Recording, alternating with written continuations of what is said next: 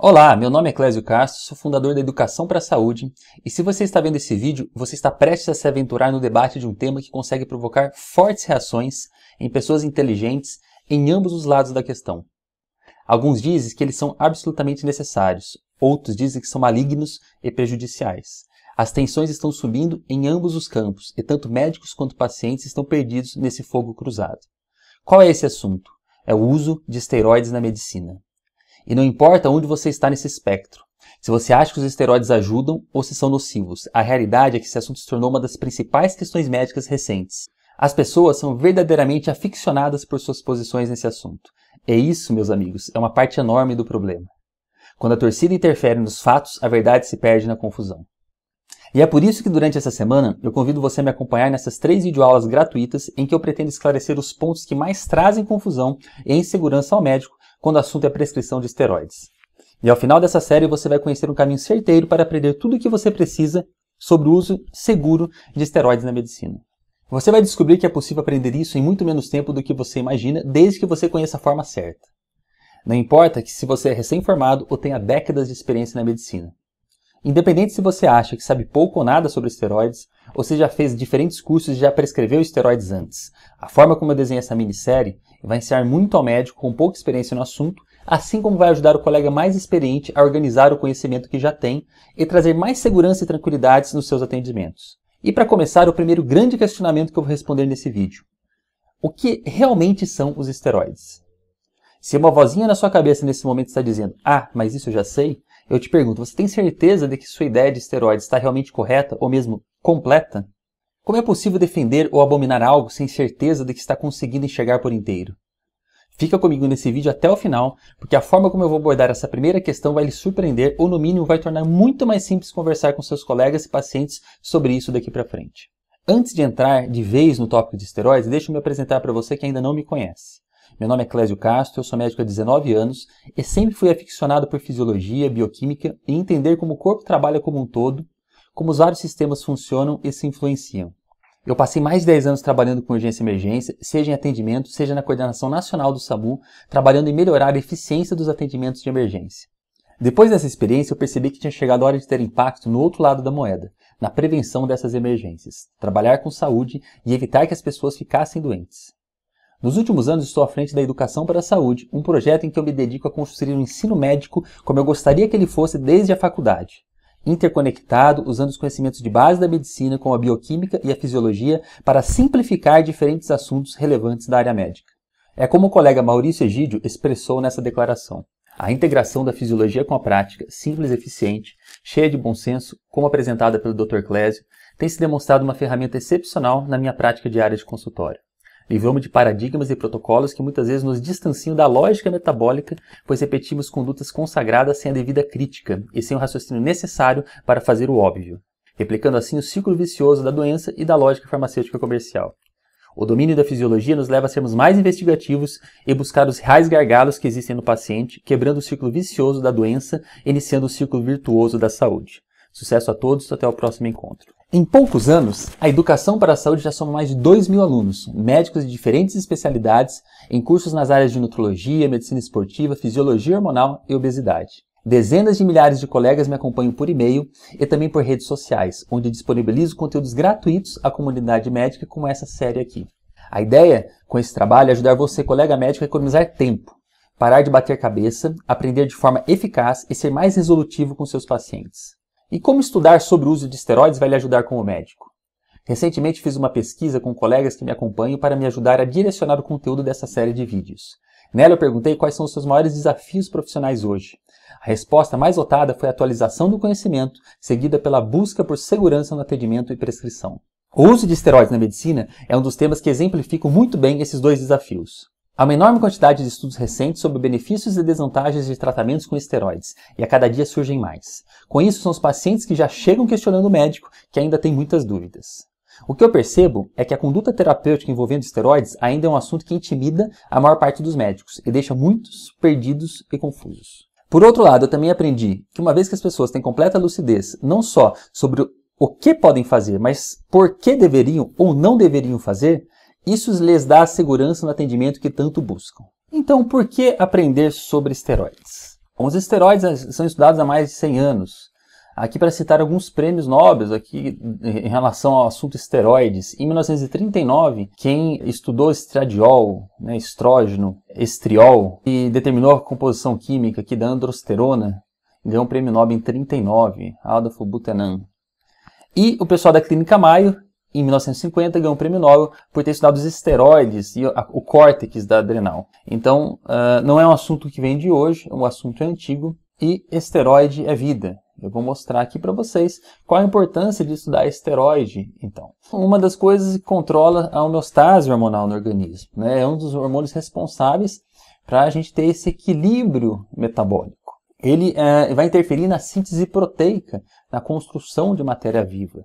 Os esteroides interferem na reprodução, né? Hoje a gente tem especialidade, área de atuação se dedica mais de 50% a dominar essa fisiologia dos esteroides. Os esteroides interferem na determinação do sexo, na diferenciação sexual, ainda na vida intraútero. E eles podem salvar vidas. Tanto os corticosteroides como os esteroides anabolizantes hoje são utilizados no UTI. Cada vez mais em congressos a gente ouve falar de como a gente pode melhorar, como a gente pode usar substâncias ergogênicas, como é que a gente pode melhorar o prognóstico do paciente com o uso de esteroides. O esteroide também pode matar. A gente sabe que o abuso de corticosteroides pode levar a uma supressão da produção endógena e a supressão brusca do corticosteroides pode levar ao óbito. Isso a gente aprende já no primeiro ano de faculdade, praticamente. Os esteroides são usados em guerra também, né? Os esteroides foram utilizados nos soldados para que eles tivessem aí mais força, tivessem mais rendimento durante a guerra. Esteroides são comuns em esportes, né? Nas atividades esportivas. É comum a gente falar de esteroides, seja por a gente tratar o atleta e tratar as modificações que ocorrem na esteroidogênese desse atleta, e como o uso de substâncias proibidas no esporte. E aí a gente tem o Comitê Internacional, a WADA, a Agência Antidoping, onde pelo menos 3 das 14 grandes categorias a gente tem a presença de hormônios esteroides na lista das substâncias proibidas para a prática do esporte profissional. Cuidado, né? Esteroide pode, apesar de parecer inofensivo, pode ter problema, né, com a justiça. A gente teve um caso de uma médica que veio dos Estados Unidos com uma mala cheia de DEA, né, que é um androgênico fraco, vendido em loja de suplementos nos Estados Unidos. E ela trouxe uma quantidade exagerada que caracterizava não só o uso próprio, mas o que caracterizava contrabando, né? E essa doutora foi presa. Então é importante a gente entender os mecanismos legais e os mecanismos regulatórios que têm a ver com o uso de esteroides. Não tem como fugir, independente da sua especialidade, você não tem como hoje fugir do tema esteroides. Lógico, como as especialidades, a gente tem um vínculo maior, a ginecologia, obstetrícia, a urologia, a reumatologia, a dermato, tem algumas especialidades que você acaba tendo um olhar maior para esteroides, mas praticamente não tem como você fugir como médico hoje da abordagem dos esteroides do seu paciente. Os esteroides têm a ver com ciclos, né? No homem e na mulher. Então aqui um exemplo da subida e descida dos esteroides. Então desde a cólica, síndrome pré-menstrual, ou seja, isso faz parte do nosso dia a dia, faz parte do dia a dia também do tratamento do câncer. A gente tem que entender quando o esteroide pode piorar um câncer, quando o esteroide ajuda no tratamento do câncer, mas vai ter a ver com câncer. Tem a ver com performance, tem a ver sim, tem a ver até com política, né? Arnold Schwarzenegger, 2 vezes governador da Califórnia, foi um fisiculturista, né? Teve um crescimento grande do organismo e depois teve um crescimento maior ainda, além, lógico, do treinamento, com o uso de esteroides exógenos. Você sabe olhar os esteroides do seu paciente, né? Ou seja, onde olhar esses esteroides, né? No genes, na saliva, no sangue, na urina, quando olhar, como olhar esses esteroides do seu paciente. Hoje a gente tem várias técnicas laboratoriais que permitem a gente enxergar coisas que antigamente a gente não enxergava. Antigamente, quando surgiu o microscópio, a gente olhava para o sangue e enxergava basicamente as células do sangue. A gente não conseguia enxergar o que tinha aqui no plasma, né? E hoje a gente consegue, através de técnicas e do radioimunoensaio, um dos exemplos, a gente consegue dosar vários hormônios e consegue dosar vários esteroides no nosso organismo. A gente tem centenas de esteroides no nosso organismo. algumas dezenas são importantes para a prática clínica, e é nesses que a gente vai focar. Alguns exames genéticos também nos trazem informações sobre os esteroides, e a gente vai entender como é que a genética pode ajudar a gente a entender o processo de transformação em um esteroide em outro esteroide. Hoje a gente tem síndromes por deficiência de uma enzima, deficiência de uma proteína produzida por um determinado gene que vai bagunçar toda a produção de esteroides dali para frente. Às vezes a gente fica com medo, a gente olha um esteroide, acha que ele é um anabolizante, acha que é um esteroide de cavalo, mas às vezes essas substâncias que a gente tem tanto medo, sabe onde que elas estão? Por exemplo, aqui na androlona, boldenona, estão dentro de você. Então, às vezes, a gente tem medo de uma substância, mas essa substância é produzida dentro do seu próprio organismo.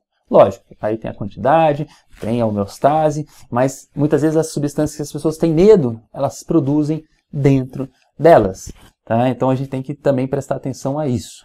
E, cada vez mais, o médico vai ter que consertar erro, às vezes consertar a omissão, consertar a prescrição, o uso indiscriminado, sem prescrição, inclusive, por termos de paciente. Hoje o mundo globalizado, a internet possibilita uma série de informações, uma série de boatos e até o comércio ilegal dessas substâncias. Então, muitas vezes o paciente já faz uso de um monte de coisa e chega para você, muitas vezes, para consertar um problema que ele sabe que ele criou.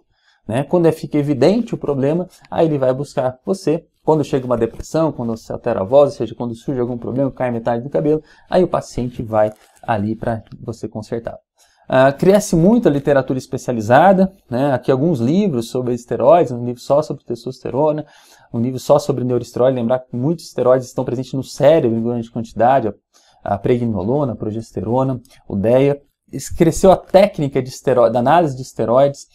Então, a gente tem muito livro para ler e muito trabalho para ler. Além disso, a gente tem muita informação na internet. E aí, a gente tem que lidar com toda essa informação. Tanto nós temos a informação acessível, como os pacientes também têm informação.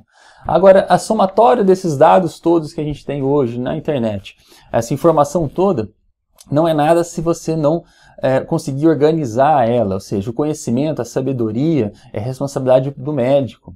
A responsabilidade do médico, o diagnóstico desses pacientes, a prescrição de medicamentos, e por isso é importante a gente dominar o que são os esteroides, o que são os receptores dos esteroides, são as proteínas que carregam, ou seja, no fim, o que são os esteroides. Para a gente falar sobre isso, a gente tem duas coisas que todo aluno de medicina devia saber na primeira semana de aula. No nosso organismo, para ter saúde, a gente precisa lidar com duas coisas. Uma é a construção de matéria orgânica, ou seja, quais são os pedaços de coisas que eu tenho que juntar para construir coisas? A gente tem uma noção que a gente tiver uma sequência de bases nitrogenadas no nosso DNA, a gente vai determinar a construção de uma proteína específica. Então isso a gente consegue entender que é importante. Então quando a gente fala produzir hormônio insulina, tá? Um hormônio de 51 aminoácidos, tem um código do DNA para isso. Faz sentido. Quando eu preciso produzir uma proteína, uma actina, uma miosina, uma titina, ou seja, uma proteína muscular. Eu tenho que ter uma construção dessa proteína. Então, parte do nosso organismo tem que construir matéria orgânica, construir proteína, construir bases nitrogenadas. E a outra parte da nossa função de organismo biológico é produzir energia, ou seja, converter uma espécie de energia em outra espécie de energia. Para a energia, a gente tem essa exemplificação aqui, do ciclo de Krebs. O que a gente vai fazer para converter energia? A gente vai transformar ligações de carbono e de hidrogênio, a gente vai transformar em ligações de fósforo. Ou seja, tudo que a gente faz é pegar proteína, lipídio, carboidrato, as ligações que tem entre esses átomos dessas substâncias, e aí o carbono e o hidrogênio são os principais. A gente vai fazer, com a ajuda do oxigênio, transformar em ligações de fósforo. Então, quando a gente fala de ATP, trifosfato e de adenosina, a gente está transformando ligações de um tipo em ligações de outro tipo, mas na prática é a conversão de uma forma de ligação energética em outra forma, e a forma que a gente vai utilizar o ATP é a forma que a gente vai utilizar com a energia mais fácil, na hora que a gente precisar construir uma matéria orgânica ou precisar produzir movimento ou calor, ou seja, o ciclo de Krebs é exemplo disso, onde eu pego um pedacinho aqui, acetil, 2 carbonos, hidrogênio aqui, e coloco ele aqui no ciclo de Krebs. Na prática, eu vou tirar essa energia e transformar lá no final em ligações de fósforo. Então, essa é a produção de energia. E a construção de matéria orgânica? A construção de matéria orgânica, a gente tem muito fácil, a gente enxerga aqui códigos do nosso DNA, vão transcrever códigos do nosso RNA, e esses códigos do nosso RNA vão levar à produção, à identificação de um determinado aminoácido. Então a gente tem 20 aminoácidos, que a gente chama de aminoácidos proteicos, onde vão construir a maior parte das proteínas do nosso corpo. Então aqui a fenilalanina, aqui a leucina. Então uma sequência de bases aqui, a uracila, uracila e a guanina, vai me fazer uma leitura de um aminoácido leucina. Então a partir desses aminoácidos aqui, dos 20 aminoácidos, que a gente chama de proteicos, a gente consegue construir qualquer proteína do nosso organismo. Tá? Então aqui, esses aminoácidos são os neutros, aqui os levemente polares, os ácidos e os básicos. Por exemplo, uma molécula de insulina é construída a partir desses aminoácidos, com esses 51 aminoácidos. Essa é uma sequência determinada do nosso DNA para construir insulina. Tá, então eu entendi que o nosso organismo produz energia, eu entendi que o nosso organismo constrói coisas, constrói proteínas. Mas, Clésio, eu ainda não entendi uma coisa. Como é que os esteroides são construídos? Se o esteroide não é uma proteína, como é que ele é construído? Como é que a figura de um esteroide é construída no nosso organismo? A gente tem que consumir, a gente tem que comer, né? Ah, a gente come colesterol, então por isso que a gente, né, tem esteroide no nosso corpo. Não, mas a gente produz a maioria. Como é que a gente produz esteroide? Onde é que está o código para a gente produzir esteroides no nosso organismo? Então, quando a gente vai falar de hormônio, a gente tem hormônios que a gente entende que pode derivar direto daquela figura aminoácido, que são os hormônios derivados de aminoácidos, exemplo aqui o T3, o T4, a melatonina. A gente tem hormônios que são pequenas proteínas, são os peptídicos, né? Então, por exemplo, o ADH, a ocitocina, são, por exemplo, 9 aminoácidos. Tem os proteicos, que nem a insulina, 51 aminoácidos, às vezes centenas de aminoácidos.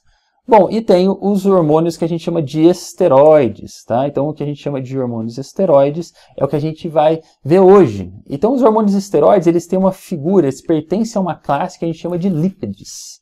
Tá? Então, o que são os lípides? Os lípides, eles têm o que a gente conhece, os ácidos graxos. Os ácidos graxos, eles podem estar juntos, né, estar esterificados, são os monoglicerídeos com uma molécula de glicerol. Então, pode ser um monoglicerídeo, um diglicerídeo, um triglicerídeo. Então, essa é uma classe dos lípides muito importante para a gente. Quando a gente fala de ômega 3, quando a gente fala de triglicérides, ácidos graxos essenciais, a gente está falando dessa parte aqui. A gente tem os fosfatídeos, onde a gente tem, além dos ácidos graxos, fosfato, na membrana da célula. A gente tem esfingolipídios, principalmente no sistema nervoso central, lembrar da mielina. E a gente tem os esteroides, tá? Então, os lípides esteroides vai ter essa figura do colesterol como importante. E aí a gente tem os terpenos. Então, quando a gente está falando de esteroides, a gente está falando do que bioquimicamente a gente fala de lípides numa classe específica que chama esteroides. E como é que vem esses esteroides? Os esteroides, a gente tem uma figura, o benzeno, que vai ajudar a formar a figura do esteroide. A gente chama também de, aqui quando a gente tem uma hidroxila, a gente chama de fenol, ou podia chamar de benzol, né? Mas a gente chama de fenol, que é derivado do benzeno. Quando a gente tem, então aqui é o fenol, né? Um álcool derivado dessa figura cíclica de 6 carbonos, que é o benzeno. Quando a gente tem 3 benzenos desses, a gente tem o fenantreno, que é uma outra figura da bioquímica, que aparece juntando esses 3 benzenos. Se eu juntar o fenantreno com um hidrocarboneto de 5 carbonos, eu tenho aqui o pentano. Se esse pentano tiver em ciclo, eu vou chamar ele de ciclopentano. Quando eu junto o ciclopentano com o fenantreno, eu tenho o ciclopentano-fenantreno. E quando eu tiro as duplas ligações e encho ele de hidrogênios, eu tenho o ciclopentano peridofenantreno. Essa é a figura que vai dar origem aos nossos hormônios esteroides. Tá? Então, a gente vai entender como é que a gente produz isso no organismo. Do mesmo jeito que a gente entende que a gente produz proteínas fazendo ligações de aminoácidos, vamos entender como é que a gente produz uma figura dessa complexidade chamada de esteroide. E o colesterol, então, vai ser de onde vai derivar todas as figuras que a gente chama de esteroides no nosso organismo. Tá? Então, os corticosteroides, os mineralocorticoides, os hormônios que a gente chama de esteroides sexuais, a gente vai derivar dessa figura do colesterol. Nada mais é do que a gente juntar, então, átomos de carbono. Aqui a gente tem 27 átomos de carbono. E da onde que a gente junta esses 27 átomos? A partir do quê?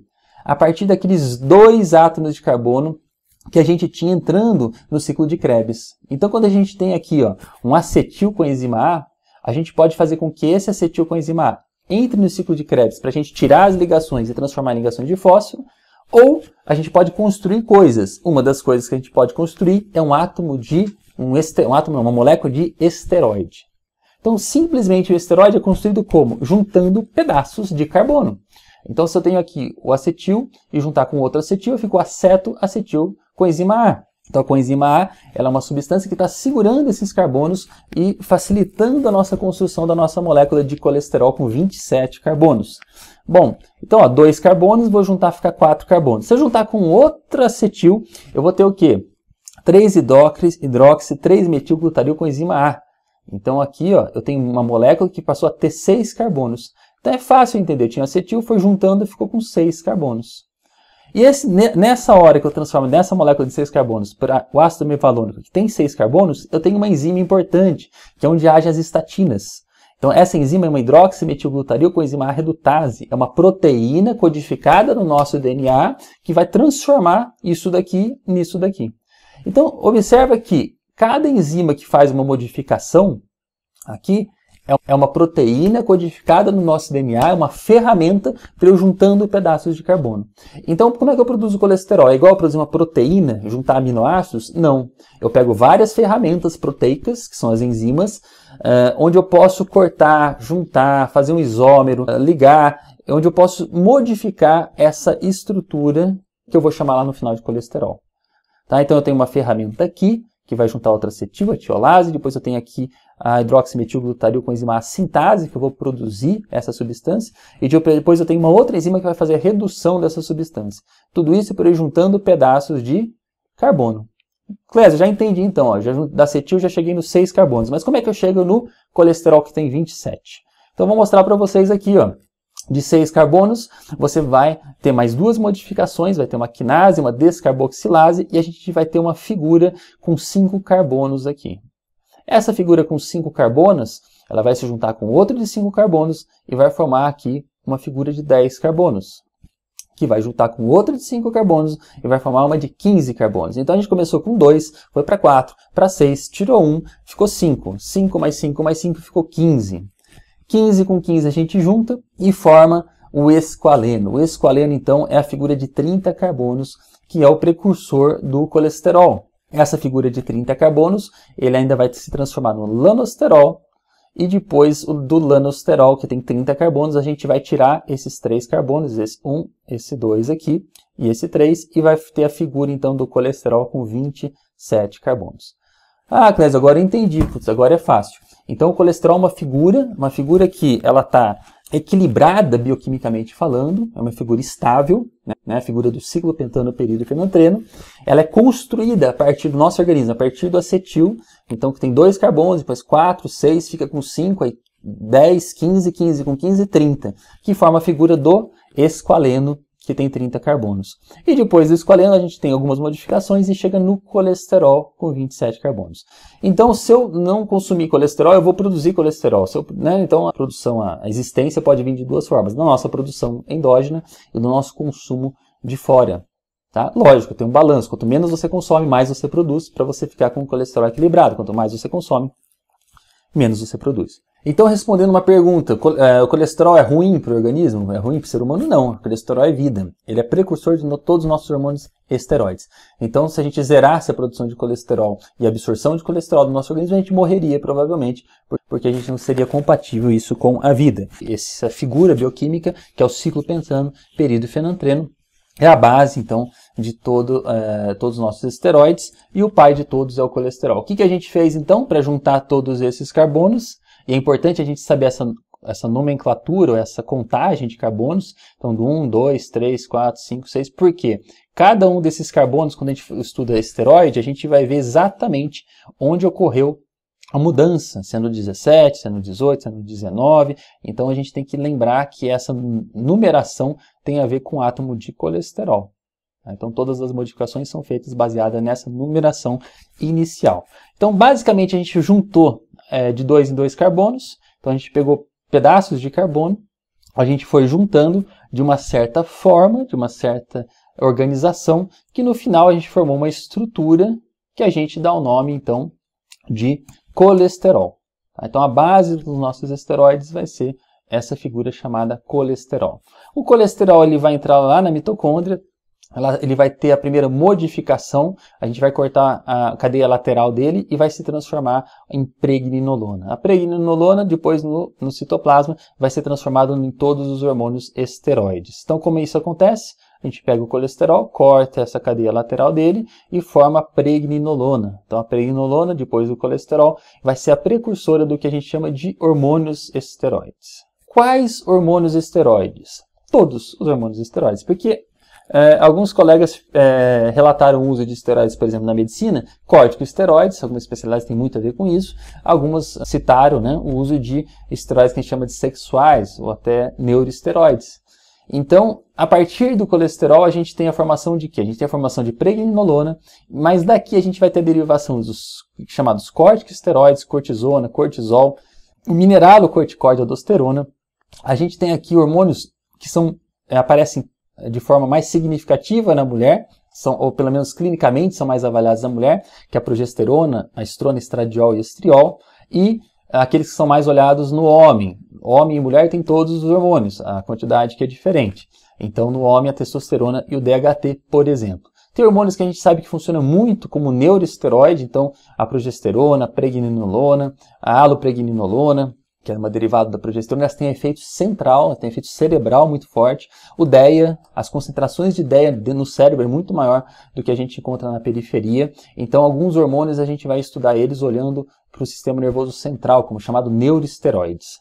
E a gente tem a vitamina D, que é um derivado também de esteroides. Lógico, aqui a gente colocou alguns esteroides, eu já falei que a gente tem algumas centenas de esteroides no organismo e algumas dezenas a gente tem que saber na prática médica. De acordo com as pesquisas, a gente não vai focar nessa semana no que a gente chama de mineralocorticoides.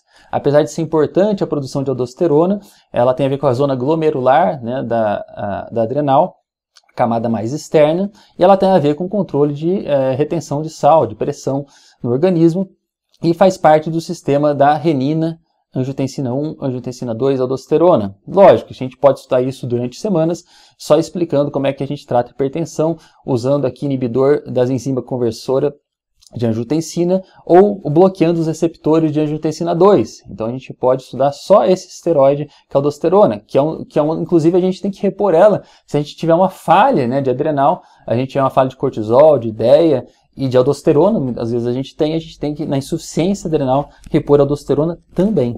Tá? Então a gente não pode esquecer dela. Mas em termos de pesquisa, a maior dúvida das pessoas não é nesse uso específico dos mineralocorticoides. Muitas vezes é o efeito mineralocorticoide de outros esteroides. Então a gente vai conversar sobre essa semana sobre isso.